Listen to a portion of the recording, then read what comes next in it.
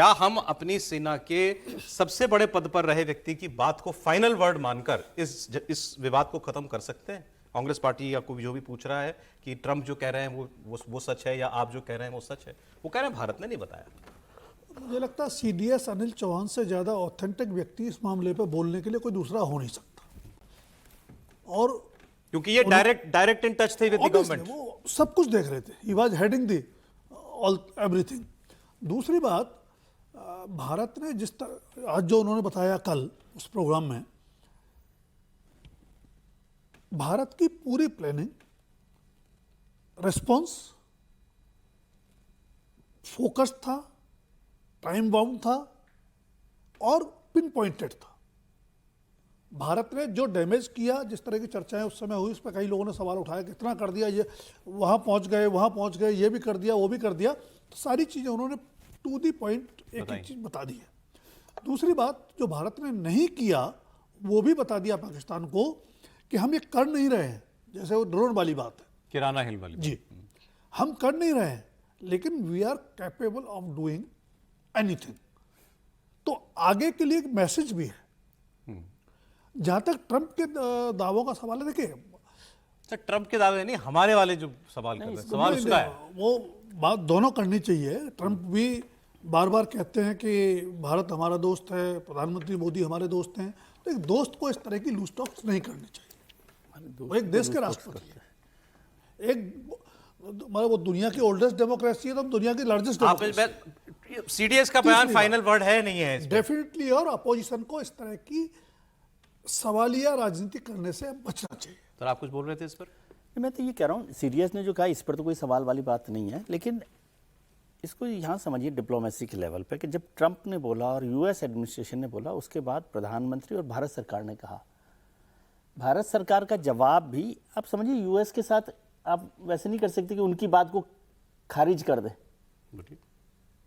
मतलब सीडीएस जो कह रहा है उस पर तो कोई वो सवाल मैं नहीं कर रहा। मैं तो कह रहा हूँ जब प्रधानमंत्री या भारत सरकार ने भी, आप समझ सकते हो कोई दुनिया में यूएस के किसी एडमिनिस्ट्रेशन को या ट्रंप साहब के बयान को खारिज कर सकते हो?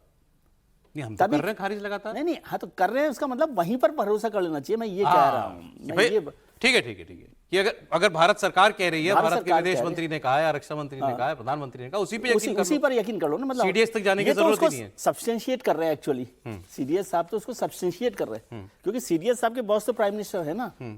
नहीं तो सर, अगर ट्रंप ने 70 बार की तो 700 बार कहा गया हमारे देश में विपक्ष के द्वारा। ये नहीं, वो तो मैं कह ही रहा हूँ। और मैं एक और बात कह रहा था, उस दिन कहीं पर बोल रहा था कि मान लीजिए, बहुत सारे हमारे मित्र लोग कहते हैं कि ये सरकार का प्रोपेगेंडा है। ठीक है, मान लिया सरकार का, तो आपके पास चॉइस है। आप पाकिस्तान सरकार के प्रोपेगेंडा को मानेंगे, आप यूएस सरकार के प्रोपेगेंडा मैं बात कह रहा हूँ, आप पाकिस्तान के प्रोपेगेंडा को, मतलब या तो पाकिस्तान की सरकार बहुत सच बोल रही है, उनकी वो, हाँ, उनको आप मान लोगे सच। हाँ, तो इसलिए, और मैं ये कह रहा हूँ, ये सब्सटेंशिएट किया है एक्चुअली सीडीएस ने। एक बयान, ये बहुत अहम बयान है, पूरा लिया गया है कि नहीं, अभी मैं भी सुनूंगा तो पता चलेगा। उन्होंने कहा कि जैसे कि राजनीतिक हित, आप ही कहेंगे कि राजनीतिक हित तो सर्वोपरि नहीं हो सकता। राजनीतिक हित का मतलब नेशनल इंटरेस्ट होता है सर। राजनीतिक हित, सीडीएस ने ये बोला, राजनीतिक हित सर्वोपरि होता है, सुरक्षा बल उसका इंस्ट्रूमेंट होते हैं उसको अचीव करने के लिए, एग्जीक्यूटिव है। और उन्होंने उसके बाद एक लाइन बहुत इंपॉर्टेंट कही कि हम ऑप्शंस देते हैं, ये सरकार के ऊपर है कि उसके पॉलिटिकल लक्ष्य के लिए वो कौन सा ऑप्शन चुनता है। ऑप्शन का मतलब है कि भाई हम ये कर सकते हैं। सर आगे वो क्या कह रहे हैं? आगे वो ये कह रहे हैं कि ये ऑप्शंस तभी दिए जा सकते हैं जब आपने पीस टाइम में तैयारी की हो, पैसा खर्च किया हो उस तैयारी के ऊपर। उन्होंने पैसे की बात की, खर्चा करके तैयारी करोगे तब मैं ऑप्शन दे पाऊंगा आपको लड़ाई का, कि लड़ाई में ये कर सकते हैं। वो एक्चुअली ये कह रहे थे कि हम में से किसी ने भी जब हमसे पूछा गया क्या आप तैयार हैं, कोई इफ बट नहीं लगाया। हम सब ने कहा we were ready because we were prepared, और वो उस प्रिपरेशन के लिए वक्त और पैसा दोनों दिया गया था हमें। सुनिए। Politics and war are inseparable. A nation's political interests are paramount, they're supreme, and armed forces are one of the instruments actually to protect it, just one of the instruments. There are many instruments for the government. And in a political democracy, whenever the government decides to use force for attainment of its political objectives, then I think it's the role of the armed forces, or the defense forces of the military, I think is twofold. Firstly, is to provide options to the government for application of that particular force so that it can achieve its objectives. And second is to provide some kind of an confidence to the government. So government can have as many options as it desires, provided it has spent that much amount of money during peacetime to develop its capabilities. अब sir ये तो इस सरकार के बारे में बिना किसी बट के कहा जा सकता है कि इन्होंने पैसा भी खर्चा किया, समय भी दिया और ऑप्शंस तभी दे पाई वो सेनाएं। इसमें कोई दो राय नहीं। 2014 के बाद जिस तरीके से सेना को आत्मनिर्भर बनाने के लिए और खुली छूट देने के लिए, उनको आर्थिक ताकत देने के लिए प्रधानमंत्री मोदी ने काम किया डिफेंस के सेक्टर में, वो मतलब उसका कोई मुकाबला नहीं है। आप पिछले 50 साल में भी इतना नहीं हुआ जितना प्रधानमंत्री मोदी ने 10 सालों 12 साल के अंदर डिफेंस के सेक्टर में किया है।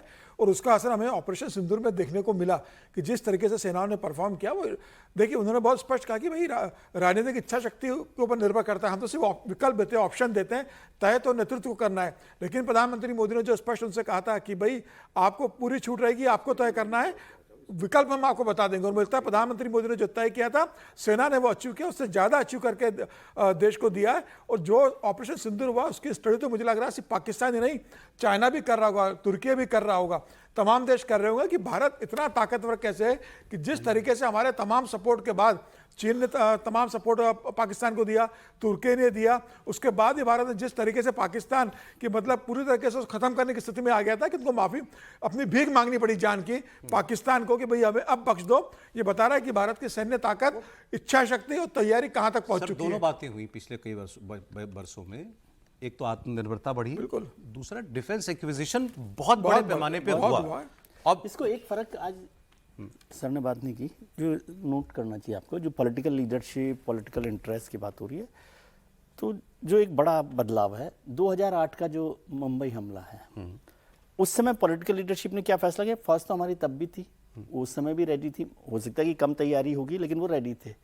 उस समय की पॉलिटिकल लीडरशिप ने क्या फैसला किया और अभी की पॉलिटिकल लीडरशिप ने क्या फैसला किया, ये उस पूरे सिनेरियो को बदलता है। बिल्कुल ठीक, इसको भी समझना, बेसिक डिफरेंस ये है। बेसिक डिफरेंस ये, बाकी सब तैयारियां और ये सब तो होता ही है एजुकेशन के लिए। बेहतर हुआ है 12 सालों नहीं, वो भी बेहतर हुआ, लेकिन वो तो बेहतर हुआ ही है, मैं कह रहा हूं। लेकिन उसका एक इसी से जुड़ी एक खबर कल की है, बहुत बड़ी खबर जो है, इसकी बात कर लें आप। कल हमने आपको बताया था कि इसरो ने यह तय किया है कि रॉकेट्स और सैटेलाइट्स बनाना नहीं बनाएगी, वो प्राइवेट सेक्टर को टेक्नोलॉजी दे देगी और अब वो बड़े मिशंस की तैयारी करेगी। तो उस पर कांग्रेस को एतराज हुआ, उस पर भी राजनीति हो रही है, विवाद हो रहा है।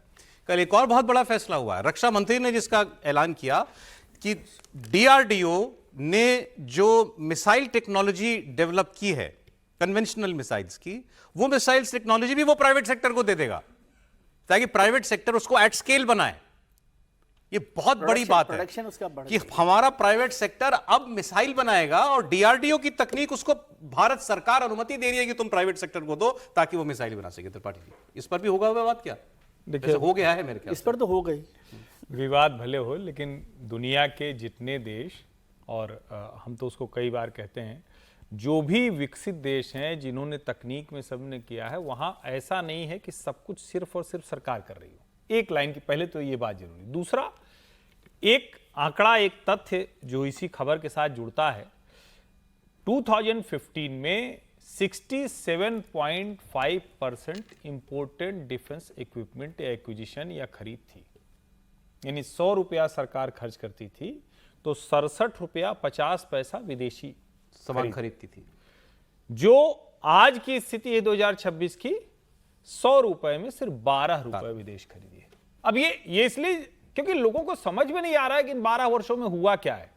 और कई बार होता क्या है कि आप जब लगातार अच्छा करते रहते हैं तो उस स्केल और स्पीड में चीजें हो जाती तो आपको लगता है कि अरे क्या हुआ। जैसे कई बार लोग कहते हैं, किसी ने कहा कि अच्छा आप जहाज से उड़ के पहुंच गए या वंदे भारत से जल्दी से पहुंच गए, तो आपको समझ में नहीं आया कि क्या क्या बदला हुआ। जैसे उदाहरण के लिए नहीं ये कहते हैं जल्दी जाना क्यों है, कर क्या लोगे, जाके कर क्या लोगे, नहीं जल्दी जाना कर क्या लोगे, उसमें क्या है ना, वो बड़े पत्रकार ने कहा था, अवार्ड वाले आप नहीं वो तो देखिए क्या है ना कि कोई भी जो अपने तो हर्षवर्धन कोई भी अपने बहुत बड़ा अवार्ड मिला, 3 कमरे के घर में जो बंद रहे और लिफ्ट से उतर के और शो कर दे, तो वो यही सोच सकता है कि जाके करेगा क्या, क्योंकि उसको 3 कमरे में जाने में लगता है क्या करना चाहिए। लेकिन एक जरूरी बात, जब हम ये सब कह रहे हैं तो सचमुच जरा सोचिए आपकी जिंदगी के कितने बॉटल नेक्स खत्म हो गए हैं। ठीक है। सड़क हो, रेलवे हो, हवाई जहाज हो, फिर मैं कह रहा हूं ये 67 रुपया 50 पैसा ये मिसाइल वाला फैसला ठीक है, कमाल का फैसला। मैं ठीक फिर है, कह रहा हूं होना भैया चाहिए था। कोई